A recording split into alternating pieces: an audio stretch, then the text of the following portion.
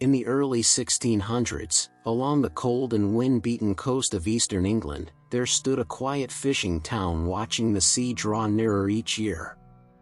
The people measured time not only by the church bells, but by the lines the water carved across the land. By the middle of the century, storms began to arrive with new force. And the sea, relentless and patient, no longer stopped at the shore. The England of the early 1600s was a land shaped by both tradition and uncertainty. Faith, duty, and the rhythms of the natural world guided daily life. Along the coast, communities had always lived in a delicate balance with the sea. The ocean sustained them through fishing and trade. It also reminded them of danger. Winter storms were feared. Salt winds carved the wood of their boats and the stone of their homes. Yet most believed the town would always endure. The town at the center of this story grew slowly across several centuries. Narrow lanes ran between timbered cottages. Nets dried along the beach. Ox carts rolled over dirt roads carrying grain to small storage barns. The church tower stood above everything else. It served as the marker sailors looked for when returning from long days on the water. Families lived close together. Many had the same names for generations. Their lives were shaped by tides, seasons, and the faint sound of waves in the night. But the coastline was never stable. Parts of eastern England had been slipping into the sea since medieval times. Land erosion was not yet understood as a scientific process. People spoke instead of curses, of divine warnings, or of the sea taking back what was once its own. At first, the changes were small.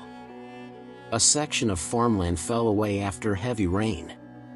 A storage shed collapsed when the ground beneath it weakened. The locals repaired what they could and moved fences inland. Then came the winters of stronger storms. The wind seemed harsher than before. Waves struck the shore with sharp force. Wooden piers cracked and splintered. Some older fishermen said the coastline was different now. The beach appeared narrower. High tides climbed closer to the houses. Council meetings were held inside the church. Records described their fears in careful handwriting. There were debates about whether to build barriers of stone or timber. But resources were limited. The town did not have the wealth of larger ports. And the sea continued its slow advance. Families began to mark the danger in quiet ways. Tools were moved further inland. Livestock pens were rebuilt on higher ground. Some neighbors whispered about leaving altogether. Others refused. Their ancestors were buried in the churchyard. Their homes were all they had ever known. To leave meant abandoning identity itself. By the late 1600s, the sea was no longer only a distant presence. It was a daily threat. Cracks appeared in the walls of houses closest to the shore. Wells filled with brackish water. The fields that once grew barley and oats now lay salted and useless. And while the town still worked, prayed, and hoped, a feeling of unease took hold. The people had begun to understand something they had long tried to ignore. The land itself was disappearing. The first homes to fall were those nearest the breaking edge of the cliff. One storm arrived in the night. Heavy rain struck the roofs. The wind howled through broken shutters. By morning, part of the bluff had collapsed into the water, taking a small cottage with it. The stones, beams, and thatch vanished below the dark waves. The family survived. Their neighbors helped them recover what little the sea had not carried away. But the moment changed the town forever. Fear now had a clear shape. The council discussed relocation once more. A few families moved inland to farmsteads owned by distant relatives. Others rebuilt only a short distance away, hoping the erosion would slow. Many believed the danger would pass as weather patterns shifted. But the sea did not retreat. Tides crept further inland and storms returned each season. Merchants began to avoid the harbor. Trade grew weaker. Fishing boats traveled farther offshore, risking longer voyages in harsher waters. Nets tore more easily. Supplies dwindled. The town's economy strained under the pressure. Some families began selling furniture, tools, and land rights in quiet desperation. The church remained the heart of the settlement. Yet even there, cracks began to show in the walls. The shoreline now lay within sight of the churchyard gate. Graves that once rested safely inland now faced the threat of collapse. It was said that bones washed out to sea during the heaviest rains. Whether myth or truth, the story spread across the region. There came a final council meeting that would be remembered as the last. The elders gathered inside the dim hall and spoke with measured voices. A choice was before them: stay and face the sea, or accept that the town must slowly move inland. No one declared a single final order. Instead, the decision fell like a shadow across each family separately. One by one, they drifted away. Some left quietly at dawn. Others remained longer, unable to part from familiar walls. But the silence grew heavier. Streets emptied. Doors hung open. Fishing boats lay unused on the shore. The sea had not conquered in a single violent blow. It won through patience. And still it came closer. The final years of the town were marked by isolation and quiet resignation. What had once been a living community became a place of uncertain waiting. Only a few families chose to remain along the eroding coast. They believed the storms had already shown their worst. They hoped the land beneath their homes would hold through one more winter. The decision was not one of bravery or denial. It was familiarity. The sea had always been near. Now it was simply nearer.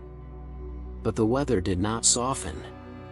The winds rose again with a sharper edge. Waves struck the coast in long, heavy lines that did not break until they reached the walls of the lowest houses.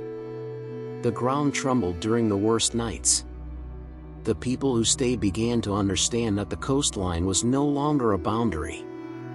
It was dissolving. One night, a violent storm arrived without pause or relief. Rain drove across the roofs. The tide rose higher than memory. Water flowed into the streets until the lanes of the town became dark channels. Fences broke apart and washed away. Storage barns filled and collapsed. Nets and tools disappeared beneath the surface. Families climbed to the upper floors of their homes and watched by candlelight as the world they knew vanished below them. When dawn finally came, the shoreline had moved once again. Where there had been earth, there was now open water. Parts of streets were missing. Foundations had fallen. The town no longer felt wounded. It felt temporary. That morning, the remaining families gathered the few possessions that remained dry. They lifted children, carried books and tools, and left what could not be saved. They walked inland together across the wet, heavy fields. There were no ceremonies. No final speeches. Only the quiet recognition that the sea would not stop. They did not return after that day. The coastline continued its work. Cottages fell. The harbor disappeared. Even the stone walls of the church began to crumble into the waves. In time, the outlines of the town faded from sight. On maps, it remained for a while as a name near the shore. But the land beneath that name no longer existed. The town had not been destroyed in a single moment. It had been slowly taken. Today, there is nothing left of the town. No streets. No harbor. No cottages along the shore. Only the wide water remains. Only the slow wind moving across the coast. Only the steady sound of waves rising and falling. The shoreline looks empty now. Calm. Quiet. Unmarked. A flat horizon where land once stood. The sea covers the fields. The sea covers the gardens and lanes. The sea covers the places where footsteps once pressed into the earth. There are no boats pulled onto the beach. No ropes drying in the sun. No nets hung across wooden poles. The market square is gone. The carts are gone. The merchants and fishermen are gone. There is no light from cottage windows. No smoke rising into the cold morning air. No sound of doors opening. No children running through the lanes. No voices calling across the wind. Silence rests over everything. The church tower has vanished as well. Its stones now lie beneath the water. Its bells no longer ring. The churchyard is gone. The graves are gone. Names that once stood carved in stone have faded into the sea. Only fragments remain in memory. A few lines written in old records. Ink on soft, aging pages. Careful letters in a steady hand. Some lines are broken. Some stories are incomplete. Much has been lost. Travelers pass this coastline. They look out at the waves. They see only the gray water moving slowly. They do not know where the streets once ran. They do not know where the houses stood. They do not know the names of the families who lived here. There are no ruins to warn them. No fallen walls. No broken stones. No leaning towers. No trace of the final days. The town left no shadow on the shore. The story did not end with thunder. It ended quietly. Softly. Across many years. With the slow pull of the tide. With the patient advance of the waves. With the silence that follows when people leave. The residents walked inland. They carried what they could. They left behind what could not be saved. They did not return. Life continued elsewhere. The sea closed the distance behind them. And time moved on. Maps changed. New towns rose in other places. New voices filled new streets. The coastline shifted again and again. The memory thinned. Then it disappeared almost completely. Now the town lives only as a faint echo. A story rarely spoken. A line in an old document. A name almost forgotten. The sea holds the rest. The waves strike the shore. Then fade. Then return. Over and over. Without witness. Without record. Without sound beyond the rhythm of water and wind. The place where a community once lived is now nothing but open sea. No one stands where the church once stood. No one walks where the lanes once crossed. No one hears the bells. No one remembers the final footsteps. What remains is absence. A quiet stretch of coastline. A horizon without landmarks. A story swallowed by time and water. It was once a coastal town. Taken by the sea. And then forgotten. If this story mattered to you, consider subscribing. More forgotten history is coming.